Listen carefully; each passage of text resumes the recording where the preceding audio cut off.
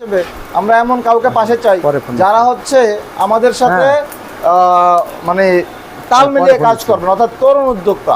ঠিক আছে, যে এই যেহেতু আমাদের প্রোডাক্টটা এমন একটা প্রোডাক্ট যেটা ভিন্ন ধর্মী এবং প্রত্যেকটা ঘরে এই প্রোডাক্ট প্রয়োজন।